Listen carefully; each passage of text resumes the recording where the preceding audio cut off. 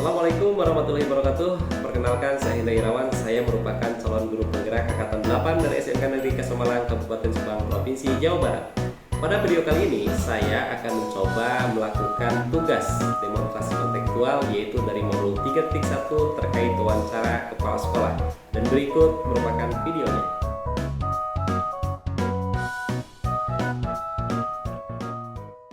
Oke, baik. Assalamualaikum Bapak. Waalaikumsalam warahmatullahi wabarakatuh. Gimana Bapak kabarnya hari ini? Sehat Pak? Alhamdulillah. Sehat ya Pak ya? Oke Bapak, mohon maaf nih sebelumnya, sesuai dengan yang kemarin kita jadwalkan, bahwasanya saya selaku calon guru penggerak ditugaskan untuk mewawancarai 2-3 kepala sekolah, dan Bapak merupakan salah satu kepala sekolah yang saya wawancarai. Dari kegiatan wawancara ini merupakan tugas calon guru penggerak Pak. Saya mohon izin, videonya nanti akan saya upload ke tugas saya. Kemudian tugas ini juga akan menjadikan refleksi bagi diri saya terkait pemimpin pembelajar. Baik Pak, pertanyaan pertama itu, selama ini bagaimana cara Bapak dapat mengidentifikasi kasus-kasus yang merupakan dilema etika atau rujukan moral Pak? Terima kasih Anda. Itu pertanyaan sangat menarik sekali ya. Artinya kita selaku kepala sekolah, misalkan ada suatu masalah di dalam sekolah kita, khususnya dulu kita harus ada komunikasi. Arti komunikasi itu yang lebih baik. Misal seorang ada masalah, kita bisa tidak harus mengambil keputusan masalahnya di mana, itunya di mana, ya harus kita ngambil keputusan, dan juga tidak mengambil sepihak.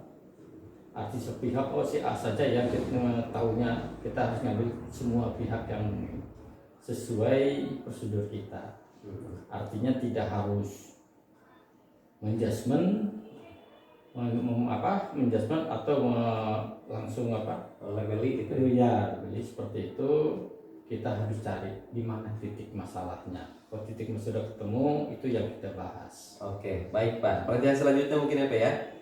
Selama ini bagaimana Bapak menjalankan pengambilan keputusan di sekolah Bapak, terutama untuk kasus-kasus di mana ada dua kepentingan yang sama-sama benar atau sama-sama mengandung nilai kebajikan. Jadi Bapak mungkin pernah mengambil sikap ketika ada masalah yang dua-duanya boleh dikatakan sama-sama benar gitu, seperti itu. Kira-kira bagaimana Bapak mengambil sikapnya? Kalau Bapak lihat programnya seperti apa? Dilihat programnya bagus ya kita lanjutkan. Kalau si A programnya bagus, si B masih bagus juga, tapi mana yang lebih cenderung memihak ke sekolah? Kalau masalahnya terkait program mungkin ya. Kalau itu program, kalau programnya bagus kita ambil. Sejauh mana program itu dijalankan, dites dulu atau diuji coba dulu lah. Ini ternyata ini lebih bagus, enggak kita lanjutkan. Kalau ini misalnya kurang bagus ya kita cari program yang tadi, yang kedua itu kita lihat. Jadi mungkin Bapak kalau lihat kasus ini dilihat dari program, misalnya kasusnya terkait program ya, harus memilih dua mungkin ya. Jadi Bapak lebih cenderung memilih dilihat dulu mana yang lebih bagus, mungkin seperti itu ya. Ya, memang lebih bagus. Baik Pak, pertanyaan selanjutnya, kira-kira langkah-langkah apa atau prosedur seperti apa yang bisa Bapak lakukan selama ini untuk mengambil tadi, oh ini yang ini bagus, yang ini kurang bagus. Kira-kira langkah-langkahnya seperti apa Pak? Nah, kita sosialisasi dulu Pak program itu ke teman-teman atau ke guru-guru yang ada di sini. Ini loh programnya seperti ini. Bagus tidak? Karena harus ada pemasukan dari guru-guru. Ingat, kepala sekolah bukan sebagai kepala sekolah, sebagai fasilitator untuk teman-teman supaya sekolah ini berjalan bagus, lebih baik dari tahun sebelumnya. Jadi kita diskusikan, kita rapatkan dengan teman-teman. Ini loh program kita akan kita jalankan. Kalau bagus maka itu ada saran dan kritik, kemudian harus diterima program itu. Karena untuk kemajuan sekolah. Iya. Baik Bapak, kalau boleh saya tebalkan berarti tadi kalau saya tanya prosedurnya seperti apa, berarti tadi harus ada sosialisasi seperti itu. Ya, kira-kira selain sosialisasi Pak, hal-hal apa saja yang selama ini Bapak anggap paling efektif dalam mengambil keputusan pada kasus-kasus dilema etika? Nah, kalau sosialis ini kan lebih ini Pak, lebih cenderung ke gurunya. Kalau ada masalah gurunya, yuk kita bereskan, kita panggil, kita kucing di mana masalahnya. Kalau benar-benar bisa diselesaikan, maka kita selesai bersama. Atau kita selesaikan secara pribadi supaya tidak mau kemana-mana. Kemudian kalau udah beres, nggak ada masalah, kita bikin MOU perjanjian supaya lebih dekat lah. Bahwa kita bisa dapat menyelesaikan masalah ini. Jadi nggak langsung kita share, tapi kita buka kita secara pribadi dulu supaya sekolah ini bisa jalan lancar. Baik Pak, kira-kira hal apa saja yang menjadi tantangan dalam mengambil keputusan dilema etika itu sendiri? Ada nggak Pak tantangannya? Oh banyak. Kadang-kadang ada guru tidak terima tantangan seperti ini, ada guru yang leha-leha, santai-santai. Ya, tapi kita harus jalankan. Karena kita mengadjustment atau memberikan arahan seperti itu. Ini loh kerjaan kita. Kalau nggak gitu nggak akan bisa selesai sekolah ini. Pasti sekolah ini cuma sekolah-sekolahan jadinya. Iya baik Pak. Iya makanya Iya. gitu. Jadi lebih cenderung ada mungkin ya. Jadi tantangannya mungkin dalam mengambil keputusan itu ya mungkin ada saja mungkin guru yang tidak menerima mungkin seperti itu ya Pak. Baik Pak. Selanjutnya apakah Bapak memiliki sebuah tata cara atau jadwal tertentu dalam sebuah penyelesaian kasus dilema etika? Apakah Bapak langsung menyelesaikan di tempat atau memiliki sebuah jadwal untuk menyelesaikannya? Bentuk atau prosedurnya seperti apa yang Bapak jalankan? Jadi kalau misalkan ada masalah, apakah Bapak itu tipikal orang yang menyelesaikan langsung di tempat atau mungkin Bapak punya jadwal tertentu untuk menyelesaikannya atau bagaimana? Kalau masalah kecil kita selesaikan hari itu juga harus selesai, karena tidak boleh dibawa keluar misalnya itu masalah kita juga. Tetapi kalau panjang kira-kira terkait dengan teman-teman, kepentingan sekolah atau gimana yang lebih banyak, baru kita diskusikan, kita jadwalkan, kita selesaikan sampai selesai mungkin ya, sambil kita berpikir kemana. Jadi lebih cenderung mungkin tadi kurang lebih mungkin ya tergantung dilihat dari segi masalahnya dulu mungkin ya, seperti apa, besar atau kecil gitu kan. Sekira-kiranya kecil kita selesaikan di sini seperti itu, tapi kalau perlu prosedur yang lain mungkin kita juga perlu memikirkan yang lain. Oke baik Pak, pertanyaan berikutnya, adakah seseorang atau faktor-faktor apa saja yang selama ini mempermudah atau membantu Bapak dalam mengambil keputusan dalam kasus ini? Justru ada beberapa orang yang bisa mengambil keputusan. Kenapa? Ya seperti orang banyak bicara itu yang mengambil keputusan, itu yang saya senangi. Kita diskusi, kita komunikasi, yuk kita selesaikan bersama. Itu kalau ada masalah itu merupakan seni. Artinya seni supaya itu bisa berjalan lancar dengan sekolah seperti ini kita akan. Jadi intinya tantangan itu bukan seperti dilema. Wah kita berpikir istilahnya buruk lah. Justru tantangan itu merupakan bagi seni sekolah supaya bisa berjalan lancar, itu tantangan. Jadi tantangan itu seperti seni ya Pak ya, sebuah seni ya, supaya kita lebih maju lagi mungkin ke depannya seperti itu. Oke baik Pak, pertanyaan terakhir.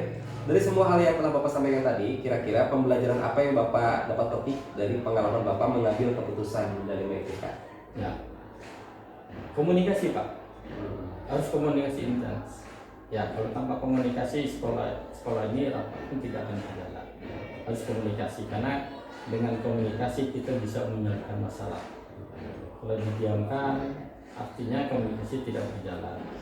Insya Allah untuk sekolah ini dengan komunikasi ini dapat berjalan lancar, tidak harus ke sana, karena dengan komunikasi tujuan arah kita bisa berjalan.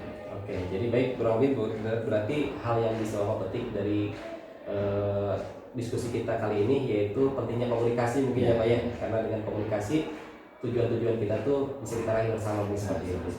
Oke baik, terima kasih Bapak Kepala Sekolah hari ini telah melayani saya dalam melaksanakan tugas calon guru penggerak dan sudah bersedia untuk diwawancarai. Jelas tugas ini penting bagi saya, dan apa yang Bapak sampaikan kepada saya hari ini melalui diskusi dan wawancara ini jelas itu akan jadi refleksi buat diri saya ke depannya. Ya siapa tahu saya juga bisa ngikutin jejak rekam Bapak sebagai pemimpin yang bijak dan adil. Insya Allah mungkin saya juga hal baiknya akan saya ambil dari hasil wawancara ini. Itu saja mungkin Pak, terima kasih banyak atas waktunya. Mohon maaf, assalamualaikum warahmatullahi wabarakatuh. Assalamualaikum warahmatullahi wabarakatuh.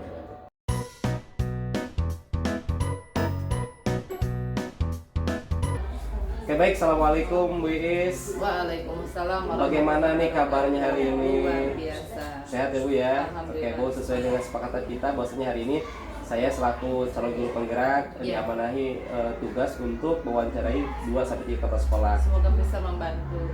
Dan Ibu kebetulan kepala sekolah yang saya pilih untuk diwawancarai. Alhamdulillah, terima Oke. kasih Pak. Ibu, ini nanti kita sekaligus sharing juga, sekaligus Iya. berbagi juga.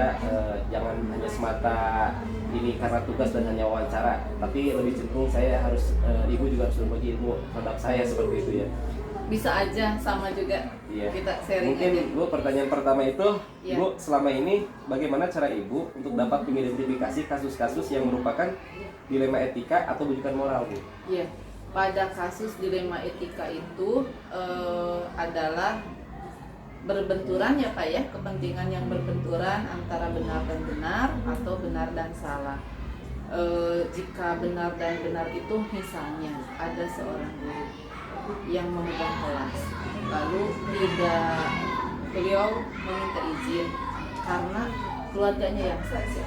Berarti kita mengidentifikasinya apakah permasalahan dilema etika itu masalah high atau middle atau low, diidentifikasinya seperti itu. Jadi kita juga harus mempunyai rasa ulas asih, beri kemanusiaan, tidak melulu harus berfokus pada regulasi atau aturan. Oke, baik. Jadi kalau boleh saya tebalkan, berarti Ibu lebih cenderung mengidentifikasinya apakah itu masalahnya high atau low, Iya, seperti itu dulu ya. seperti Oke, baik Ibu. Pertanyaan selanjutnya, selama ini bagaimana Ibu menjalankan pengambilan keputusan di sekolah Ibu, terutama untuk kasus-kasus di mana ada dua kepentingan yang sama-sama benar atau sama-sama mengandung nilai kebajikan? Iya, saya menjalankannya itu sesuai peraturan Pak. Yang pertama masuk ke sekolah, sama halnya dengan di kelas, saya membuat keyakinan kelas atau membuat regulasi pendidikan.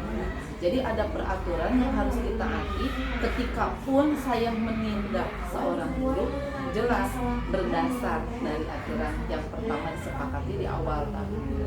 Baik Ibu, selanjutnya mungkin langkah-langkah atau prosedur seperti apa yang bisa Ibu lakukan selama ini? Langkah-langkahnya kita mengacu ke peraturan yang telah disepakati, lalu menggunakan hati juga ya Pak ya. Kita tidak melulu bersitegang terhadap regulasi, ya. Itu mengacunya pada peraturan atau regulasi yang telah disepakati. Jadi Ibu itu lebih cenderung mengacu peraturan yang dibuat bersama, mungkin Surat seperti itu ya. bersama, iya. Baik Ibu, selanjutnya hal apa saja yang selama ini Ibu anggap efektif dalam mengambil keputusan terkait dilema etika tersebut? Yang efektif terkait dilema etika itu kita itu harus mengedepankan peraturan yang telah disepakati itu Pak. Jadi kalau misalnya kasus kayak tadi nih, ada guru yang meminta izin, lalu keluarganya sakit, di sisi lain dia harus mengajar, juga di lain sisi dia juga harus mengurus keluarganya yang sakit. Nah, apa yang paling efektif itu kita itu memilah, yang paling efektif itu memilah mana yang skala prioritas dan mana yang lebih diutamakan. Jadi saya skala prioritas aja. Luar biasa Bu ya. Jadi Ibu sudah sampai ke skala prioritas nih, Iya. seperti itu. Baik Ibu, selanjutnya hal apa saja yang selama ini merupakan tantangan dalam pengambilan keputusan terkait kasus-kasus dilema etika itu sendiri? Tantangannya Pak, kalau misalnya antara berbenturan kalau benar dengan salah, kita pasti mendahulukan benar ya Pak. Tantangannya itu di antara kalau berbenturan antara benar dan benar. Itu saja. Baik Ibu, saya pun pasti merasakan hal tersebut ya. Iya. Ketika ada di posisi seperti itu, seperti apa ya. Tadi Iya. mungkin bisa jadi karena memang dilihat dari bobotnya itu sendiri tersendiri seperti Iya. itu. Oke, baik Ibu, pertanyaan selanjutnya, apakah Ibu memiliki sebuah tata cara atau jadwal tertentu dalam sebuah penyelesaian kasus dilema etika? Apakah langsung menyelesaikannya di tempat atau memiliki sebuah jadwal untuk menyelesaikannya? Bentuk atau prosedur seperti apa yang Ibu bisa jalankan? Tergantung kasusnya Pak. Ada kasus yang harus diselesaikan di sekolah. Kalau dibawa ke rumah akan ada campur tangan orang ketiga, orang keempat, apalagi kalau diumbar. Kalau keputusan itu atau permasalahan banyak kepala, itu tidak akan mendapat penyelesaian yang bagus Pak. Kalau misalnya harus diselesaikan di tempat, saya selesaikan.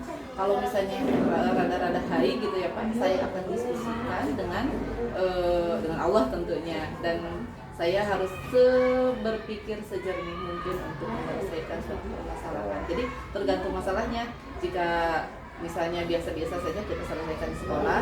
Kalau misalnya rada-rada membutuhkan pemikiran yang tinggi, saya akan adukan kepada Allah Subhanahu wa Ta'ala. Subhanallah, luar biasa sekali ya Bu ya. Oke, baik, selanjutnya Ibu, adakah seseorang atau faktor apa saja yang selama ini mempermudah atau membantu Ibu dalam mengambil keputusan kasus-kasus etika ini? Biasanya kalau kasus etika, dilema etika ini tinggi Pak. Saya mau mempunyai satu orang rekan di mana yang saya percayai, yang tentunya yang paling pertama saya akan menghadirkannya hanya kepada Allah kan. Kita itu kan ada nurani gitu ya Pak ya. Ada kalau misalnya kita ini berbohong atau keputusan yang paling benar itu di dalam hati itu diiyakan, itu akan saya ikuti kata hati itu.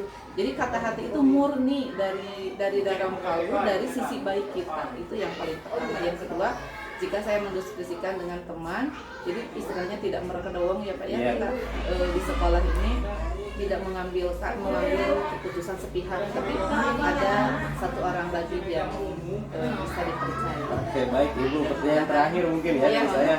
Dari semua hal ini yang telah disampaikan, pembelajaran apa yang dapat Ibu petik dari pengalaman selama Ibu mengambil keputusan ilmu etika tersebut? Saya lebih bijak seperti ini. Semakin sering mengambil keputusan itu, kan kalau keputusan itu suka begini ya Pak, kira-kira ini menguntungkan tidak, apakah menyakiti tidak. Semakin sering dilatih mengambil keputusan, jadi semakin bijak, semakin berpihak kepada orang lainnya. Gitu. Luar biasa Bu, saya perlu banyak belajar sama Ibu sebenarnya. Sama, saya juga. Terkait masalah pengambilan keputusan. Nah, mudah-mudahan Ibu ke depan, saya selalu mendoakan Ibu, semoga Ibu tetap jadi pemimpin yang bijak ya Bu ya, yang selalu mengayomi anak buah Ibu tentunya seperti itu ya. Doa yang sama Bu. Bu, mohon maaf nih, terima kasih banyak atas waktunya. Yang jelas apa yang Ibu utarakan tadi melalui wawancara ini tidak hanya sebatas wawancara tugas, tapi jelas ini akan saya cerna dan akan jadikan motivasi hidup saya. Dan saya juga tentunya tadi akan banyak belajar sama Ibu. Semangat luar biasa Pak Hendra. Terima kasih banyak Bu. Sebelumnya, Amin. Assalamualaikum warahmatullahi wabarakatuh. Waalaikumsalam warahmatullahi wabarakatuh. Demikian video tugas demonstrasi konseptual modul 3.1 yang saya bisa paparkan. Semoga bermanfaat dan jangan lupa like, komen, dan subscribe.